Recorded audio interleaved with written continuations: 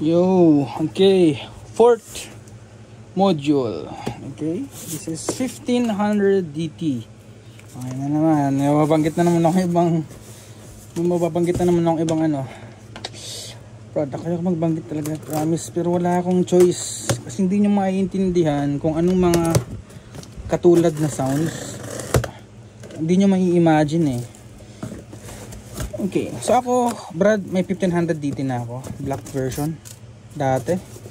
Ay putik, Brad. Ang lupait. Okay. Putik, excited na ako. Ang ganda, Brad. Power ko na. Okay, ito muna. Again, next time, yung bilog-bilog na. Brad! Ito yung packaging niya, Brad, ha? Tignan mo, Brad. Ito naman talaga masulit, no? Magkano presyo nito? 9.4. 9.4, kulay puti. Saan ka nakita ng kulay puti? Ganito kaganda. 9.4. Ha? Yan, nabili ako nito, Brad. Ayoko na banggit niya pangalan. Online. Same brand. Same model. 1500 DT. Pero Brad, makita mo kasi sa China, hindi lang isa yung supplier, no? Maraming supplier nito. Paras-paras yung case. Ito mo naman sa akin, Brad. Sabihin nila,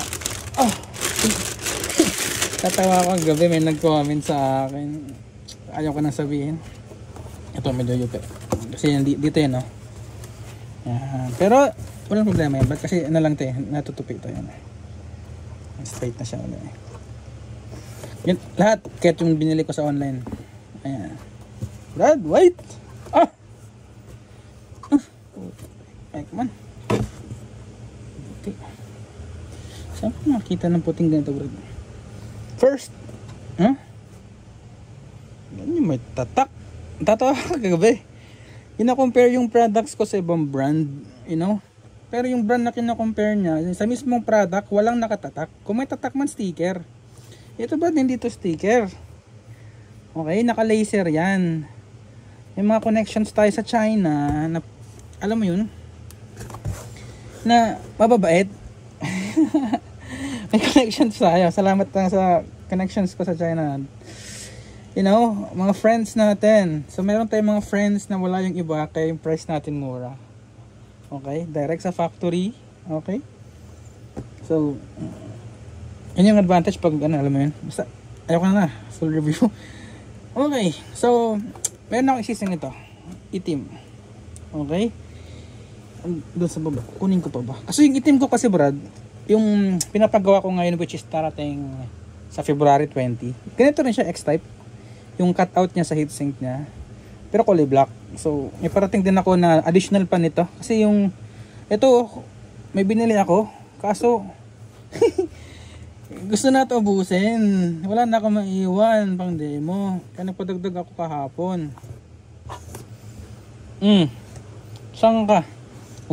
Ayaw mo lagyan na pangalan ko, walang problema. Ang gawa ka sticker, cutout ka, palitan mo na pangalan mo. Exclusive na yun sa'yo.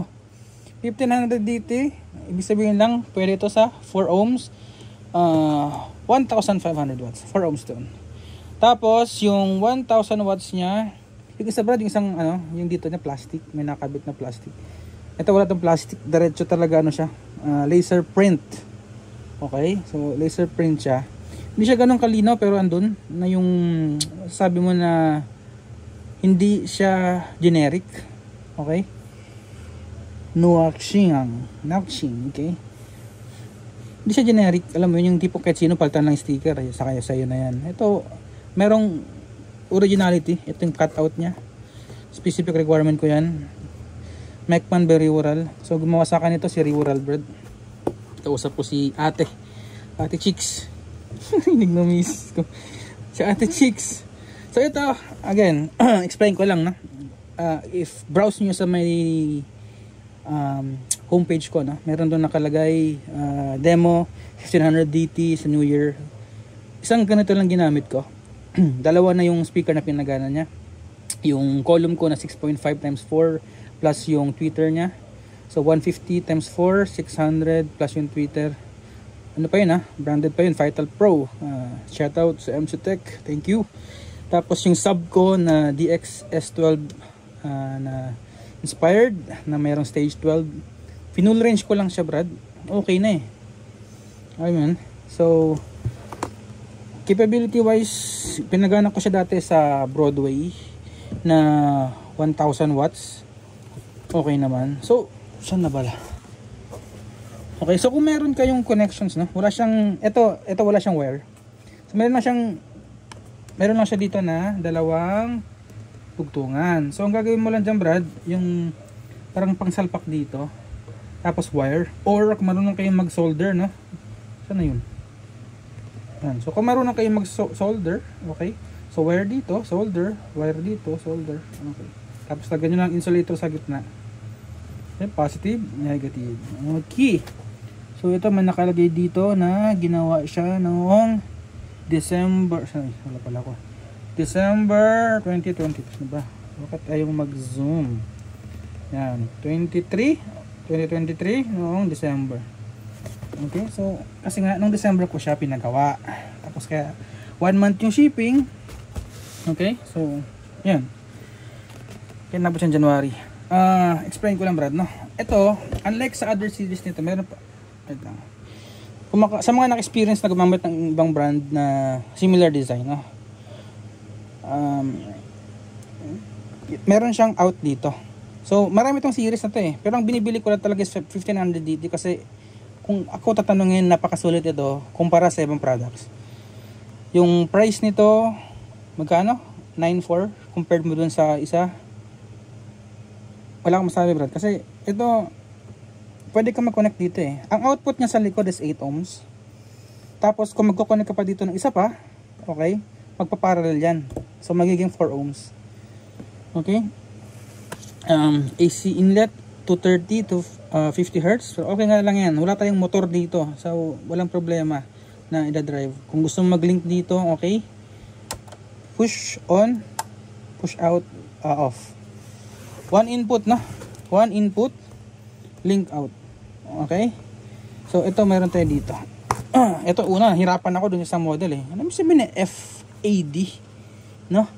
So, dito meron siyang power, okay? Signal, may clip, may protect. Okay? May facing din siya. Tapos meron siyang fizz. Dati, hindi ko maintindihan kung ano yung pinagkasabi nito eh. So, ito, ang ibig sabihin niyan, phase, okay? Sub and full phase. So, ito, Brad, pwede mo siyang gamitin full range. Okay? Pero kailangan mo ng dividing network para maghiwala yung low frequency at high frequency, o kung meron kang sarili mong capacitor o ano, yun yung pwede mo siyang gamitin. So, imagine mo 1000 watts na full range.